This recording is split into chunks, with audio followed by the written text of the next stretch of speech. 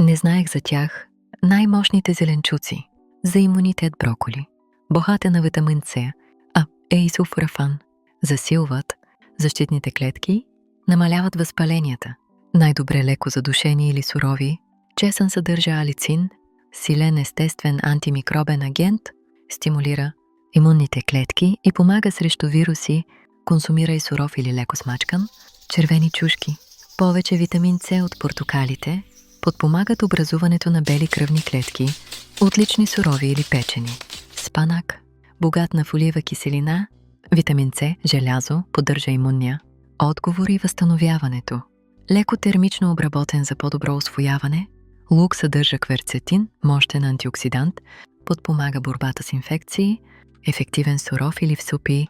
Моркови, източник на бета-каротин, витамина, поддържа лигавиците, първа линия на защита, сурови или с малко мазнина за по-добро усвояване.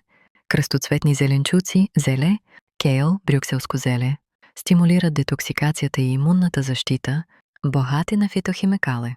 Комбинирай зеленчуците с здравословни мазнини, зехтин, авокадо и бълтачини и ги консумирай редовно.